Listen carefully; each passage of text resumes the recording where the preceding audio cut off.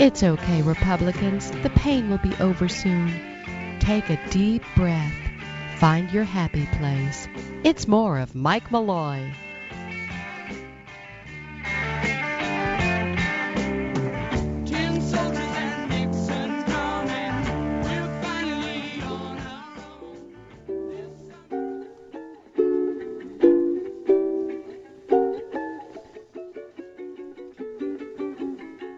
And once again, it's time for A Moment with Bob.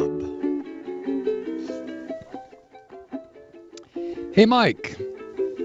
Now that we've established that the primary cause of the destruction of our country and the rest of the planet is unregulated capitalism on steroids, where psychopathic corporations pollute the air, water, and the dirt beneath our feet, where the food and water we depend upon for our existence has been poisoned by the mega conglomerates who claim that their rights take precedence over human beings, where the political process has become so corrupted that the majority of our elected representatives are simply paid shills for corporate interests, where the final arbiters of our rule of law, the Supreme Court, are not exempt from this corruption by corporations, where wars are fought not to defend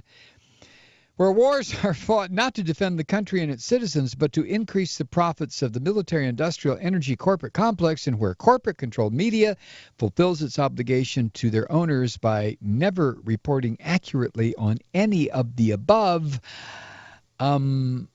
I may have jumped the gun a little bit here because I don't think we've actually established that yet. So, for brevity's sake, here's everything I know about capitalism in less than 100 words. Capitalism is an economic system in which the means of production and distribution are privately or corporately owned.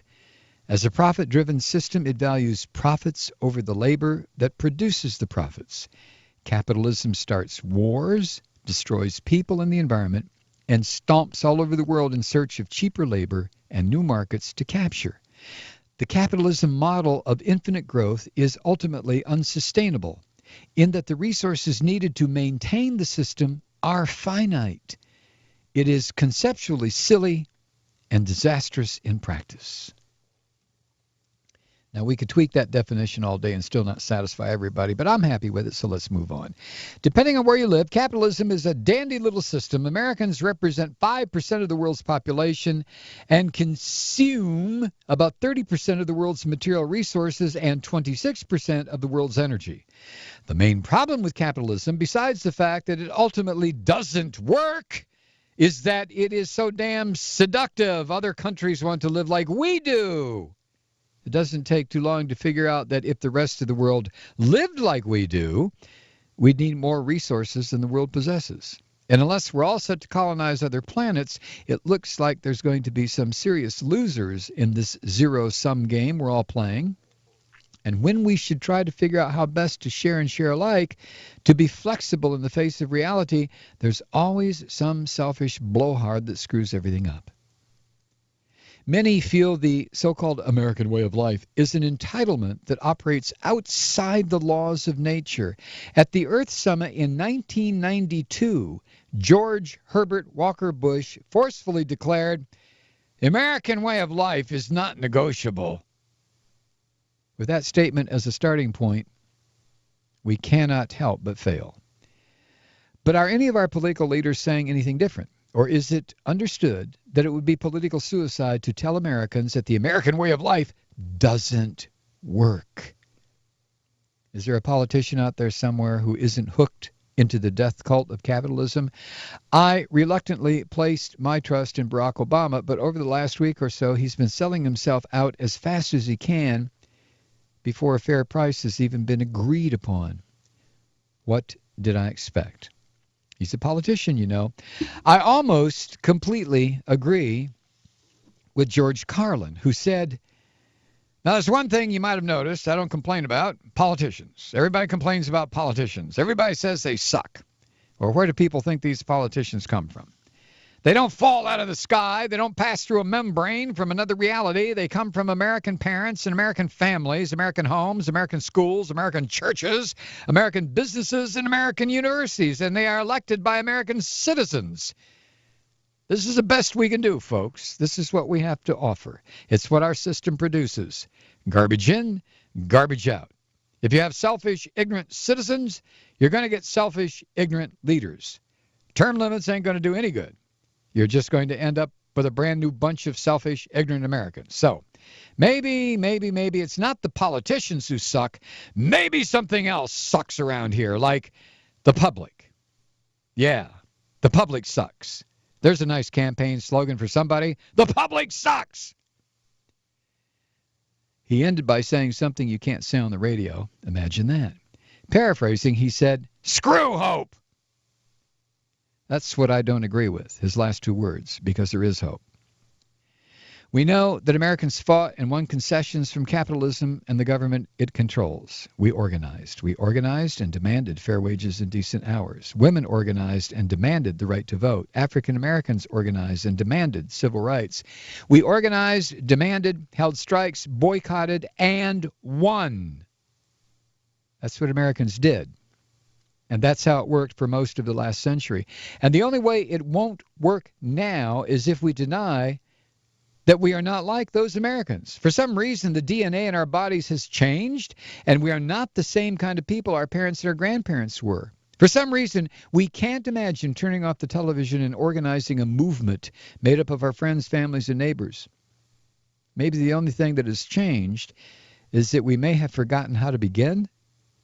If that's the case, then everybody can go out and buy this book, Rules for Radicals by Saul Alinsky.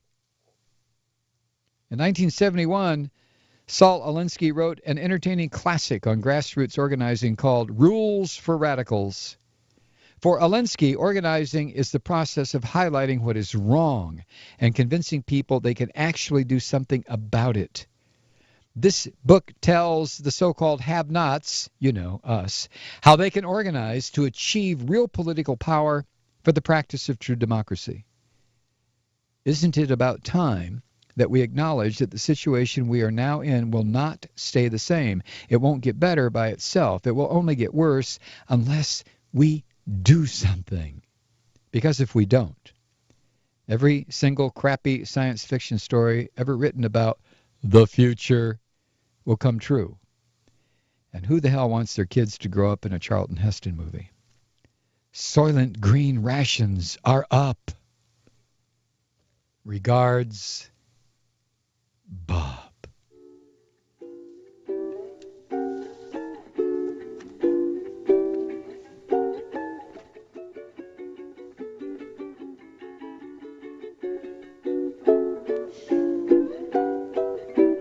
And thus ends another Moment with Bob, brought to you by your friends at the Nova M Widget Company. Soylent Green, oh my God, I remember that movie, Charlton Heston movie. Wasn't that the last movie that Edward G. Robinson performed in? Which leads me back to what I said Monday. If you're looking for an excellent movie to go see, you could even take your kid, your little kid. We took Molly. It's from Pixar Studios. This new one, Wall-E. There are two levels of this movie. There is the Pixar computer animated level that the kids like, and then there is the message that is right in your face from the moment the movie begins until the moment the movie ends 90-some minutes later. And the message that is in your face is one that especially Democrats or liberals or progressives will get right away. So if, don't let the fact that it's a Pixar movie keep you away. Computer animation, oh man, I hate it. I liked it back in the 40s when the real animators worked. No. Go see this. Wall-E. Where were we? Oh, yes, we're doing a talk show.